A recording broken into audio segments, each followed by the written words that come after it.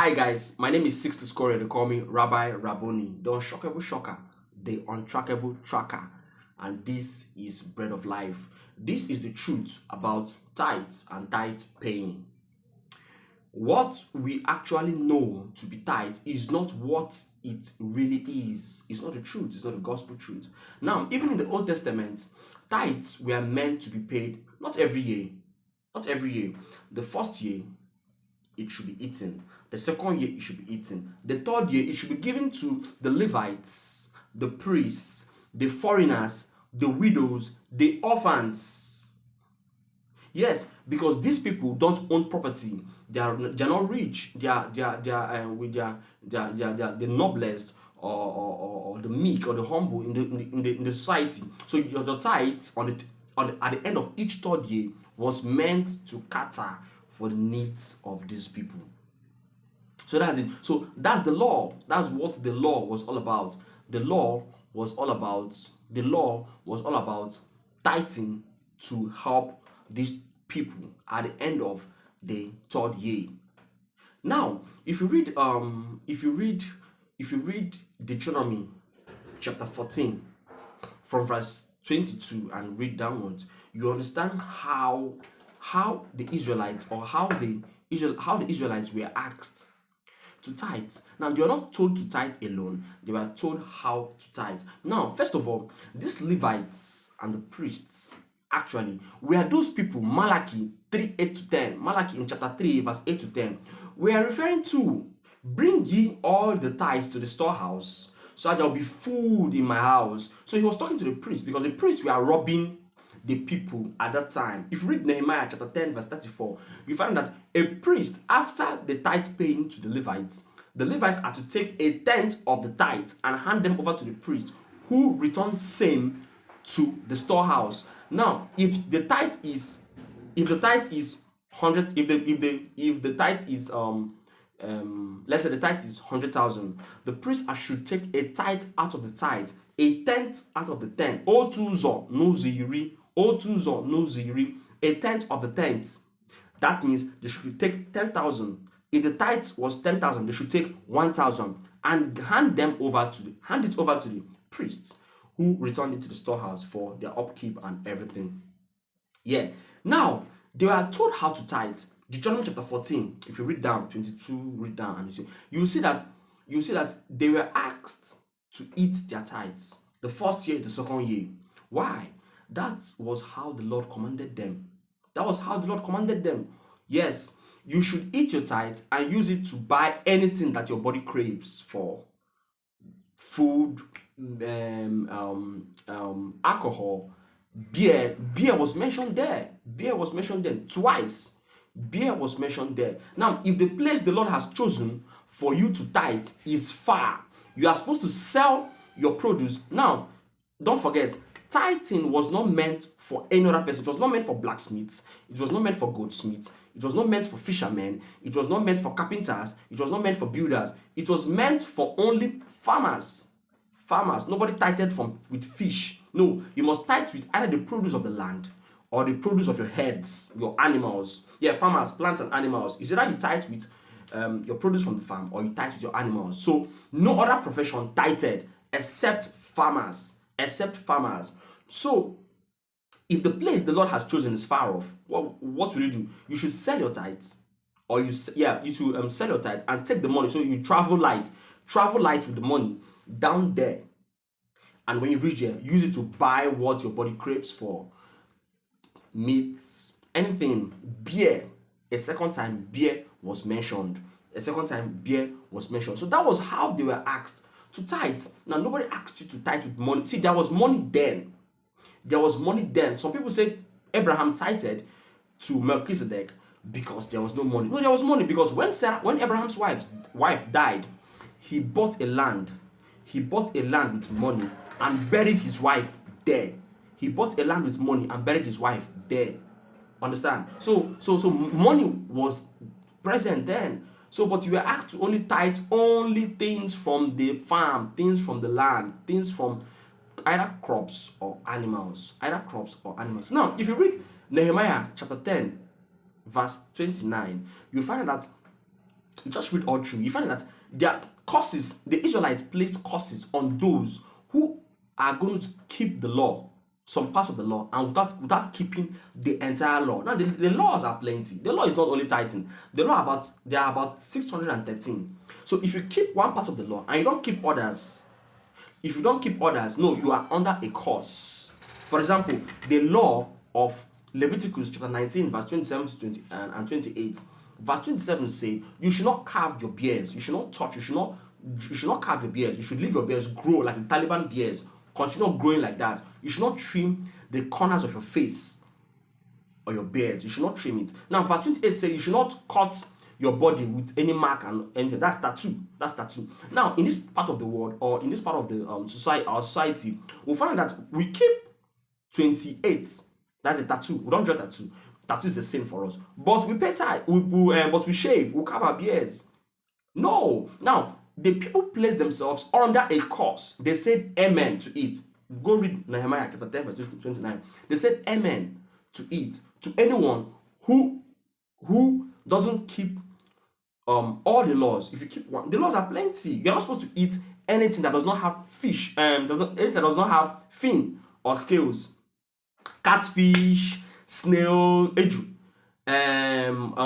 prawns, lobsters, crabs, all these things you eat in hotels, all these things you buy from the market and come and cook in your house.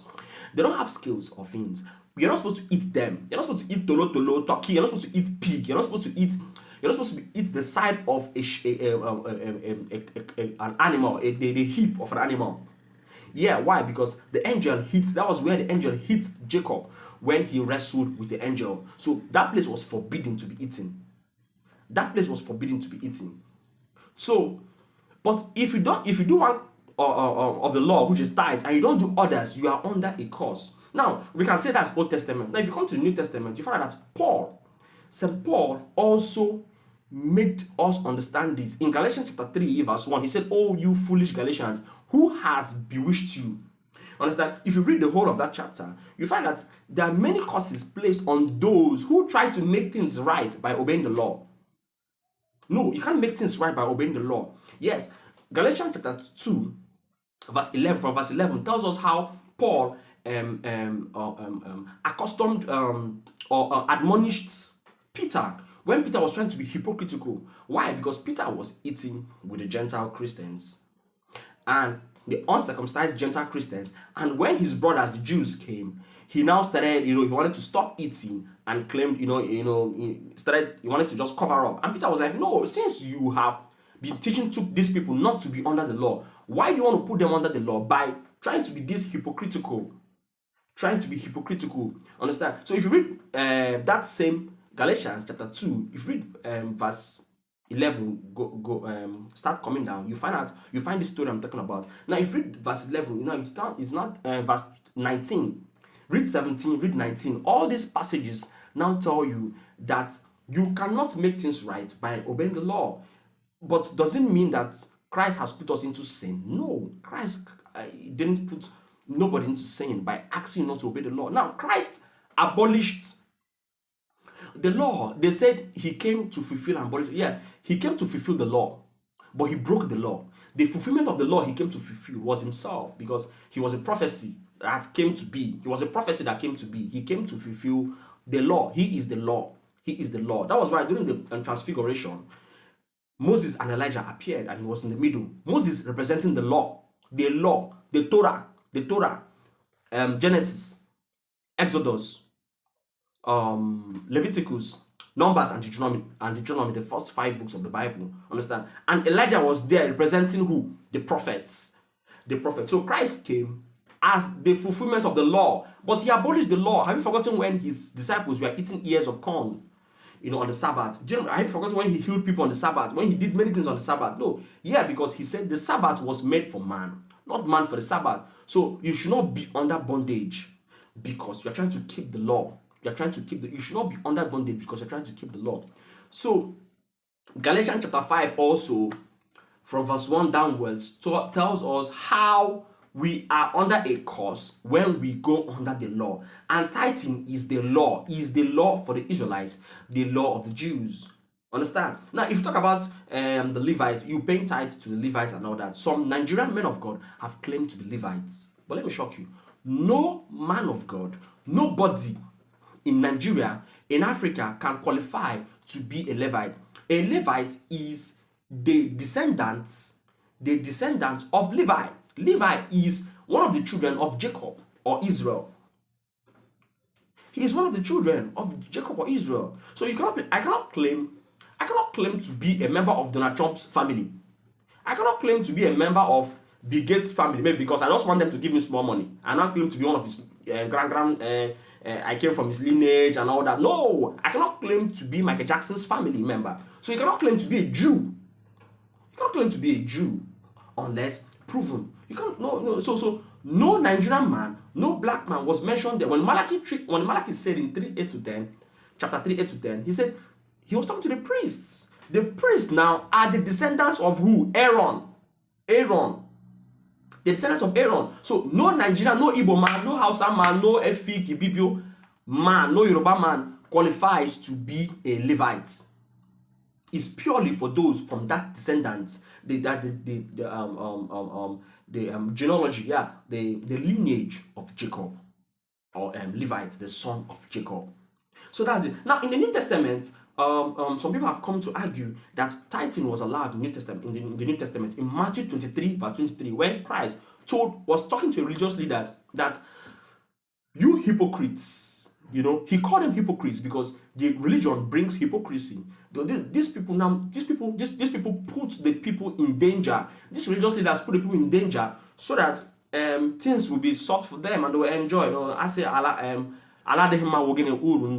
so these religious leaders were there to suffer the people, to put them in bondage, the same way they are putting us in bondage right now. That was why when Christ came, he abolished many laws. Now in Matthew 23:23, he was talking to the Pharisees, hypocrites, what do? You tithe from your mint, dill, and cumin. Now mint, dill, and cumin are what? Vegetables. They are vegetables. They are produce from the farm. So if you want to tithe, really, you should tithe with vegetable, with okra, with ogo, with olubu, with yam. No, you shouldn't tithe with dollars. Dollar bills, no. Pound sterling, no. Naira kobo, no. Transfer, ATM, no. No. It was meant for farmers. So he said, you tithe from your from the produce of your farmland, mint, dill, and cumin. Even if that is what you should do, even if it's what you should do. He was talking to the scribes and the Pharisees, even if it's what you should do. It's just like me talking to a Muslim. And I say, what does your law say? Your law say you can marry up to 4 wives. Even if that is what you should do. Okay, let me use this one. Your law say you should pray 5 times a day, facing Mecca. Even if it's what you should do. I'm talking to the Muslim. I'm not talking to myself. I'm not talking to my descendants. I'm not talking to Christians. I'm talking to the Muslim. Understand? So Christ was talking to those scribes and Pharisees. Even if it's that what you should do. See, it's high time we started reading the scriptures in its original languages. The Old Testament was written in Hebrew. Christ never spoke Igbo or English. No. In Hebrew, the New Testament was written in what? The Septuagint. It was written in what? In Greek. It was from that Greek that St. Jerome translated it to Latin for the first time. That's why you have the Biblia Sacra, the Biblia Sacra Vulgata, the Latin Vulgate. He translated it first, and from the Latin Vulgate, other translations came. No, you cannot translate something from a copy of copy. No, you should read the original copy and know actually what was written there. Therefore, mint, dill, and cumin are vegetables. Now, if it's what you should do, he was talking to the scribes and the Pharisees. Now, and he now ended by saying, even if it's what you should do, why will you ignore the weightier matters of the law? The weightier matters of the law are what? He mentioned justice, he mentioned love, he mentioned mercy and all that. Yes, because that is the summary of the law. Even the 10 commandments were summarized into love of God and love of man. First, second, third, love of God. From the fourth down, love of man. Honor your father and your mother. That should not kill. That should not do this. Man. So the summary of the law, the summary of of the whole entire scriptures, the Old Testament, New Testament, is what? Is love. That's why 1 John 4 20 says, he who does not love does not look. 1 John 4:8, he who does not love does not know God, because God is love. 1 John 4:20, whoever says he loves God but hates his brothers and sisters is a liar, because you cannot love God whom you've not seen when you hate your brother or sister whom you've seen. So that Matthew 23:23 is not a proof of tithing. Christ was talking to the scribes and the Pharisees, and he made mention of the weightier matters of the law, which includes love. So when you take tithe from a poor widow who is finding it difficult to feed her children, what's that? That's not love. That's hatred. That's wickedness.